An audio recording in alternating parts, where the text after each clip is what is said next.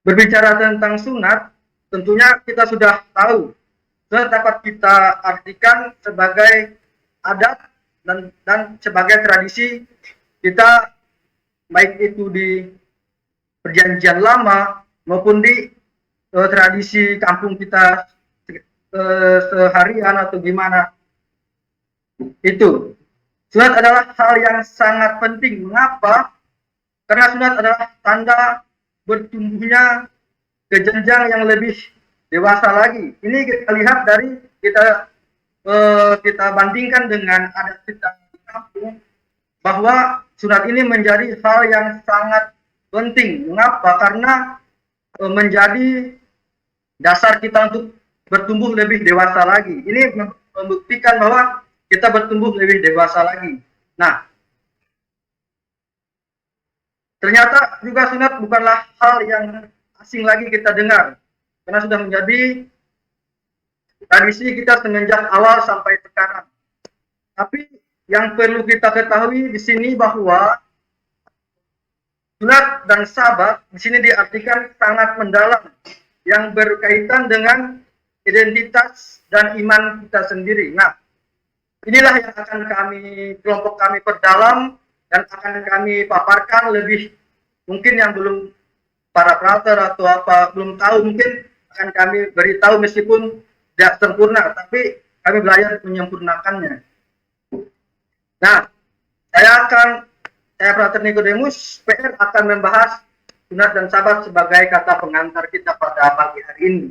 Dari antara sekian banyak praktik keagamaan Yahudi, patutlah kita berbicarakan secara khusus. Di sini ada sunat dan sabat. Kedua praktik keagamaan ini begitu penting dan bahkan amat penting, karena ketika ada dalam pembuangan di Babylon, bangsa Yahudi merasa kehilangan segala-galanya, termasuk tanah air, bait Allah, dan bahkan raja sekalian. Mereka merasa kehilangan. Mereka kehilangan apa yang berkaitan erat dengan jati diri mereka.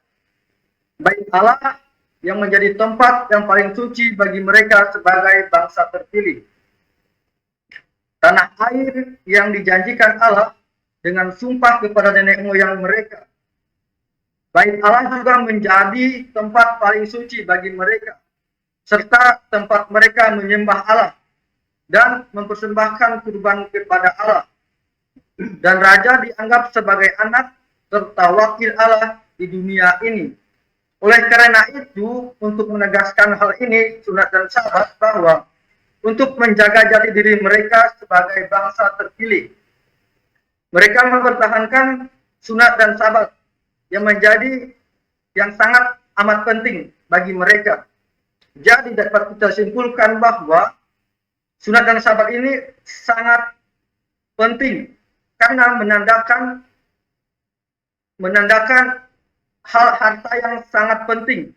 Setelah dalam pembuangan di Babylon, mereka merasa kehilangan, dan bahkan dari segalanya hal yang mereka miliki merasa kehilangan. Nah, maka dari itu sunat dan sabat ini menjadi pertanyaan besar, dan bahkan mengapa demikian yang amat penting. Oleh karena itu kami akan memperdalamnya lebih dalam lagi. Mungkin saya lanjutkan slide-nya dari pada teman-teman semuanya. Baik teman-teman dan Romo, saya Prater Petrus pasal 5 akan membahas tentang sunat dan sabat. Sunat adalah ritus inisiasi yang membuat seseorang Israel menjadi keturunan Abraham dan anggota umat perjanjian. Perjanjian telah diikat Allah dengan Abraham. Itu kita bisa lihat dari Kejadian bab 17 dan sampai ayat 10. Begitu pentingnya sunat itu dalam pandangan orang Yahudi, sehingga walaupun hari penyunatan seorang anak jatuh pada hari Sabat, maka ritus penyunatan boleh tetap dilangsungkan meskipun dengan syarat-syarat tertentu. Tidak bersunat adalah hal yang sangat menjijikan bagi orang Israel. Mengatai orang lain sebagai tidak bersunat merupakan ejekan yang amat menyakitkan. Perlu kita ketahui bahwa kebudayaan Yahudi telah memasukkan kebiasaan berolahraga dan kepada dan hal-hal yang bersunat itu. Orang Yahudi yang saleh tidak menaruh simpati kepada saudara-saudara sebangsa mereka yang amat terpengaruh oleh kebudayaan Yunani, sehingga banyak di antara mereka tidak mau disunat. Jadi kebudayaan Yunani telah memasukkan kebiasaan olahraga dalam keadaan telanjang. Jadi kalau misalnya mereka main olahraga atau main bola gitu, jadi mereka tuh telanjang gitu. Jadi sehingga bisa diketahui ada yang bersunat atau ada yang tidak bersunat. Gelanggang orang olahraga, mereka disebut gymnasium, yang artinya demos atau terlanjang. Banyak pemuda Yahudi, bahkan sejumlah imam, suka ikut berolahraga di gymnasium. Mereka berusaha menghilangkan tanda sunat mereka. Bisa kita lihat dari Injil yang sudah tertera, 1 Makabi bab 1 ayat 11 sampai 15, ke 1 Korintus bab 7 ayat 18.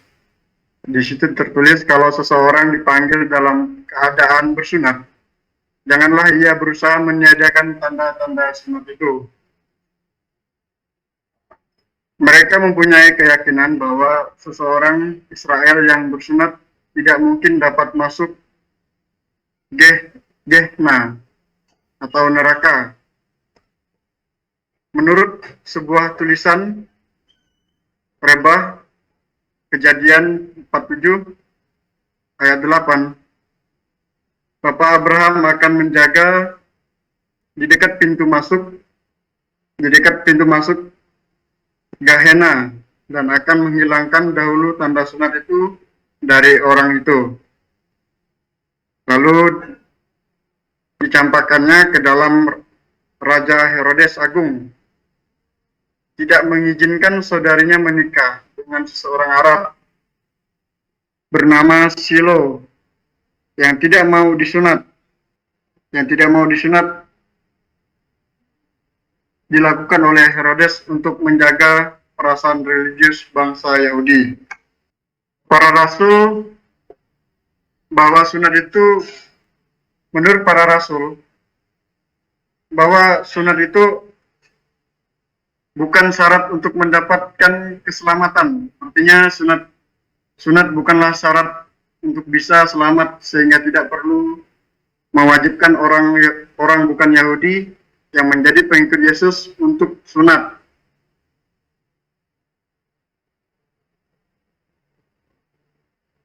Sebab bagi mereka, orang-orang yang ada di dalam Kristus Yesus, hal bersunat atau tidak bersunat tidak mempunyai suatu arti. Hanya imam yang bekerja oleh kasih. Yaitu di Galatia bab 5 ayat 6. Sunat dilakukan pada waktu anak berusia 8 hari. Dan biasanya pada saat itu juga dia mendapatkan nama. Yaitu jika orang sudah bersunat, dia otomatis akan mendapatkan nama lain. Pada zaman kuno, penyunatan bayi dilakukan oleh ayahnya sendiri di rumah. Pada zaman Yesus, sudah lazim dikenal dengan juru sunat yang disebut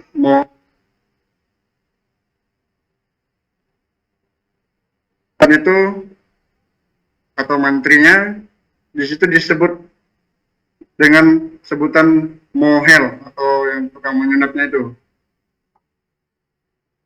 Lalu Sabat masuk ke bagian 2 yaitu Sabat. Pada hari Sabat awalnya diadakan untuk membebaskan manusia dari perbudakan kerja. Teks-teks perjanjian lama yang berasal dari zaman kuno belum menghubungkan praktik Sabat dengan ibadah pada Allah dan dengan diri Tuhan, melainkan hanya melarang orang mencari nafkah dan melakukan beberapa pekerjaan lainnya. Hingga akhirnya Sabat dihubungkan dengan ibadat pada Allah. Jadi sebelumnya Sabat itu dihubungkan dengan kegiatan-kegiatan yang lain atau untuk mencari nafkah, bekerja, sebelumnya itu. Sehingga pada akhirnya yaitu akhirnya Sabat itu dihubungkan dengan ibadat kepada Allah. Dalam Imamat bab 19 ayat 30, hari Sabat dihubungkan dengan tempat kudus Tuhan, dan dalam Imamat bab 23 ayat 3 dihubungkan dengan pertemuan kudus, yaitu perjamuan kudus. Sehingga akhirnya Sabat menjadi hari kudus untuk Tuhan. Hari Sabat bagi orang Israel adalah hari yang harus berbakti secara khusus, entah di Bait Allah di Yerusalem, entah di tempat kudus lainnya. Hari itu menjadi hari ibadah, hari Tuhan, hari sukacita.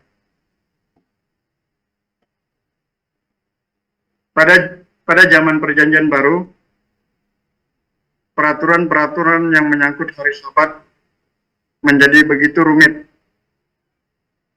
yaitu menjaga kesucian hari Sabat merupakan salah satu kesibukan para ahli Taurat. Ada 39 kelompok pekerjaan yang tidak boleh dilakukan orang pada hari Sabat. Misalnya menyalakan api, memadamkan lampu, menguraikan tali simpul, menuai, memikul beban, berjalan melebihi sekitar 900 meter. Mungkin inilah latar belakang Matius bab 24 ayat 20. Akan tetapi, di lain pihak, demi kelancaran hidup sehari-hari, ada banyak usaha yang orang untuk menafsirkan peraturan-peraturan tersebut sedemikian rupa sehingga ada jalan keluarnya. Misalnya, menguraikan tali simpul diperbolehkan asalkan dilakukan dengan satu tangan saja. Jadi kalau misalnya dua tangan itu tidak boleh dilakukan. Jadi hanya boleh dilakukan dengan satu tangan. Hukum Sabat juga dapat dibatalkan bila karena ada kebutuhan lain yang lebih tinggi nilainya. Misalnya, adanya bahaya maut, perlunya menyunatkan anak. Dalam Yohanes bab 7 ayat 22. Persiapan pesta Paskah dan lain-lain. Yesus menganggap diri Tuhan atas hari Sabat karena anak manusia adalah Tuhan atas hari Sabat. Itu di Injil Matius bab 12 ayat 8. Yesus melihat bahwa ada hukum-hukum lebih tinggi yang mengizinkan dia untuk tidak menjalankan perintah Sabat. Misalnya perlunya menyembuhkan manusia. Jadi kita tahu bahwa ada hari Sabat itu yang ada di Injil, di mana Yesus menyembuhkan orang sakit pada hari Sabat itu.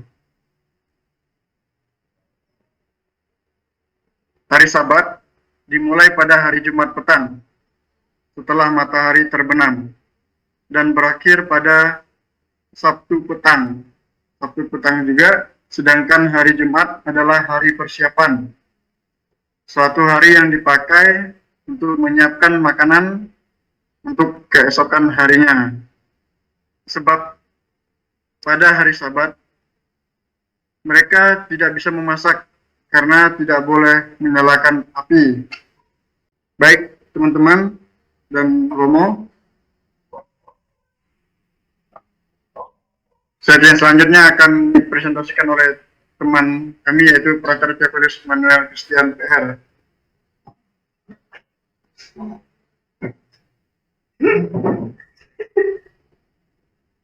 Baik, Romo dan para patriark yang terkasih, lanjutkan ke bagian berikutnya, yaitu membahas tentang Sanhedrin yang biasa disebut sebagai Mahkamah Agung. Sanhedrin atau dikenal dengan Mahkamah Agama merupakan pemerintahan agama Yahudi yang praktis otonom.